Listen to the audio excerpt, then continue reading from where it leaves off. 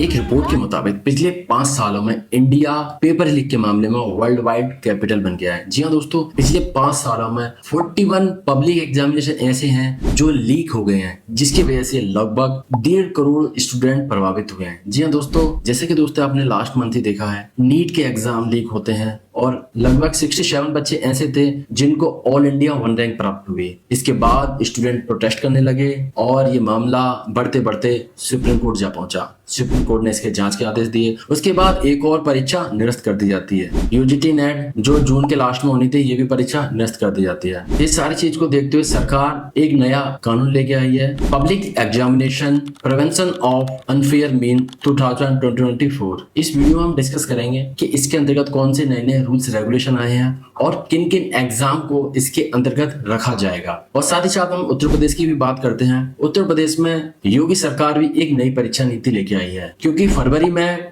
एक UP constable की परीक्षा हुई थी जिसमें लगभग 45 लाख बच्चों ने भाग लिया था। ये परीक्षा भी पेपर लीक के चलते निरस्त कर दी गई। तो इन सारी चीजों को ध्यान में रखते हुए उत्तर प्रदेश सरकार भी एक नई परीक्षा नीति लेके आई है। क्या नई कानून लेके आई है, क्या उसमें रूल्स रेगुलेशन है, कौन कौन सी परीक्षाएं उसके अंतर्गत आएंगी, ये सारी चर्चा इस वीडियो में करेंगे। तो दोस्तों मेरे साथ लास्ट तक जुड़े रहिए। अगर आप पहली बार चैनल पे आए हैं तो प्लीज चैनल को सब्सक्राइब करिए, क्योंकि ऐसी इन्फॉर्मेशन हम आपके लिए सबसे पहले लेके आते रहते हैं। तो दोस्तों सबसे पहले बात करते हैं सेंट्रल गवर्नमेंट के बारे में। सेंट्रल गवर्नमेंट एक नया बिल लेके आई है कानून के तहत। उसके अंतर्गत लगभग 5 ऐसी परीक्षा है, मतलब 5 ऐसी पब्लिक एग्जामिनेशन है जिनको इस बिल के अंतर्गत रखा गया है। सबसे पहला यूपीएससी, दूसरा है एसएससी स्टाफ सिलेक्शन कमीशन, तीसरा है आरआरबी रेलवे रिक्रूटमेंट बोर्ड, चौथा है आईबीपीएस और पांचवा है एनटीए नेशनल टेस्टिंग एजेंसी। अब दोस्तों इसके अलावा भी जो पब्लिक एग्जाम रह जाते हैं तो सरकार उसको नोटिफिकेशन के जरिए उसको पब्लिक एग्जामिनेशन भविष्य में डिक्लेयर कर सकती है। फिलहाल ये 5 जो एग्जाम है वो इस बिल के अंतर्गत आते हैं। सरकार ने इस बिल के तहत लगभग 15 पॉइंट निर्धारित किए हैं, जिसके तहत अगर कोई अनफेयर एक्टिविटीज करता है, जैसे कि पेपर लीक का मामला, या फिर ओएमआर शीट में कुछ गड़बड़ी करना, या फिर पहले से पेपर को लीक कर देना, या फिर सॉल्वर बिठाना। सॉल्वर का मतलब परीक्षार्थी की जगह कोई दूसरा परीक्षा देने आए और उसकी जगह पेपर सॉल्व करे। इस तरह की चीजें अगर कोई करता है तो उसको लगभग 3 साल से लेकर 5 साल तक की सजा हो सकती है और 10 लाख रुपए का जुर्माना भी हो सकता है। दूसरी चीज ये भी है, और कोई एजेंसी ऐसा करती है, मान लो किसी एजेंसी को एग्जाम कराने की रिस्पॉन्सिबिलिटी दी जाती है, अगर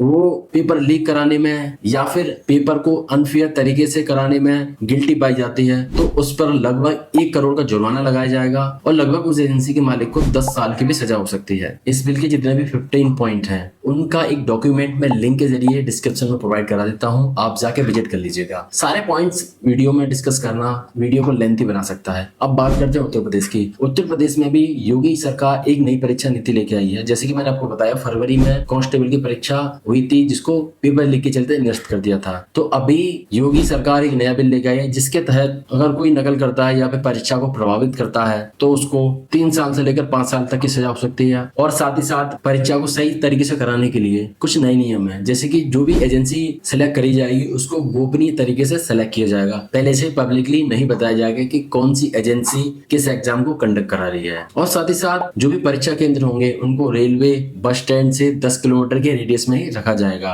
और उन परीक्षा केंद्रों को ही शामिल किया जाएगा जिनमें पानी की सुविधा, शौचालय की सुविधा, बिजली की सुविधा और उनके चारों तरफ बाउंड्री वॉल हो, और जिनको लगभग 3 साल का एक्सपीरियंस होगा उन्हीं को ये रिस्पॉन्सिबिलिटी प्रदान की जाएगी। और नया पॉइंट ये आया है कि जितने भी पेपर सेट तैयार करे जाएंगे उन सारे सेटों को अलग अलग एजेंसी तैयार करेगी और एग्जाम होने से 5 घंटे पहले ही पेपरों को सेंटर पर पहुंचाया जाएगा। और जिस भी टीचर की परीक्षा केंद्र ड्यूटी लगेगी, मतलब परीक्षा रूम में जो ड्यूटी लगेगी, उसको 30 मिनट पहले ही पता चलेगा कि इसकी ड्यूटी कहाँ लगी हुई है। और जहाँ भी ये पेपर सेट छपेंगे उनको भी गोपनीय रखा जाएगा। और इसके अलावा कोई भी परीक्षार्थी या कोई सॉल्वर इसमें पकड़ा जाता है तो उस पर सीधे सीधे नॉन बेलेबल, नॉन कंपेटेबल के तहत कार्रवाई करी जाएगी। नॉन बेलेबल मतलब आपको जमानत नहीं मिलेगी, नॉन कंपेटेबल मतलब मान लीजिए वो पकड़ा जाता है, उसके बाद जो कार्रवाई करी जाती है उसमें दोनों की सहमति हो भी जाती है, तब भी उस पर केस चलता रहेगा। जी हाँ दोस्तों, मैंने काफी सारे पॉइंट इस वीडियो में डिस्कस करे, उम्मीद है आपको काफी पॉइंट क्लियर हुए होंगे। अगर आपको इससे रिलेटेड कोई भी डाउट है तो प्लीज कमेंट में लिख के जरूर बताइएगा।